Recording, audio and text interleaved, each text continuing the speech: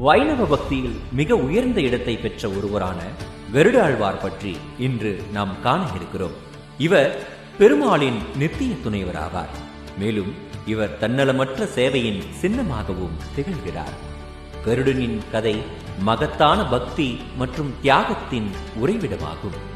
இவர் தனது தாயை விடுவிக்க தேவர்களிடம் இருந்து அழியா அமிர்தத்தை மீட்டு வரும் பணியை மேற்கொண்டார்.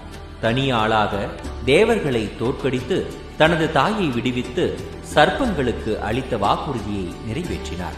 அவரது வலிமை, நேர்மை மற்றும் எண்ணலமற்ற தன்னிலமின்மையால் ஈர்க்கப்பட்ட ஸ்ரீ மகாவிஷ்ணு கருடனுக்கு ஒரு வரம் அளிக்க முன்வந்த போது, கருடனோ தனக்கு எப்போதும் பெருமாளை தன் முதுகில் சுமந்து செல்லும் நிரந்தர பாக்கியம் மட்டுமே வேண்டும் என்று கேட்டார்.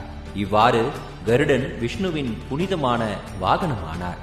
இவர் விஷ்ணுவின் கொடியில் காணப்படும் சின்னமாகவும் காற்றின் வேகத்திற்கு இணையாக விரைவாக செல்லக்கூடியவராகவும் அறியப்படுகிறார். வைணவ தத்துவத்தில் கருடாழ்வார் வேதங்களின் உருவமாக போற்றப்படுகிறார்.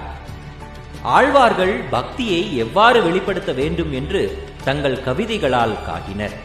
கருடாழ்வார் தன்னலமற்ற பக்தியுடன் எப்படி சேவை செய்ய வேண்டும் என்பதை காட்டுகிறார்.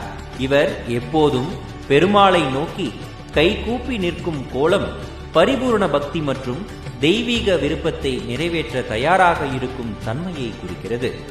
தன்னலமற்ற சேவை என்பது ஸ்ரீ மகாவிஷ்ணுவின் பாதங்களை அடைவதற்கான சிறந்த வழி. அப்படி வாழ்பவர்களுக்கே பகவான் இறுதியில் மோட்சத்தை அளிக்கிறார். வாழ்க வளமுடன்.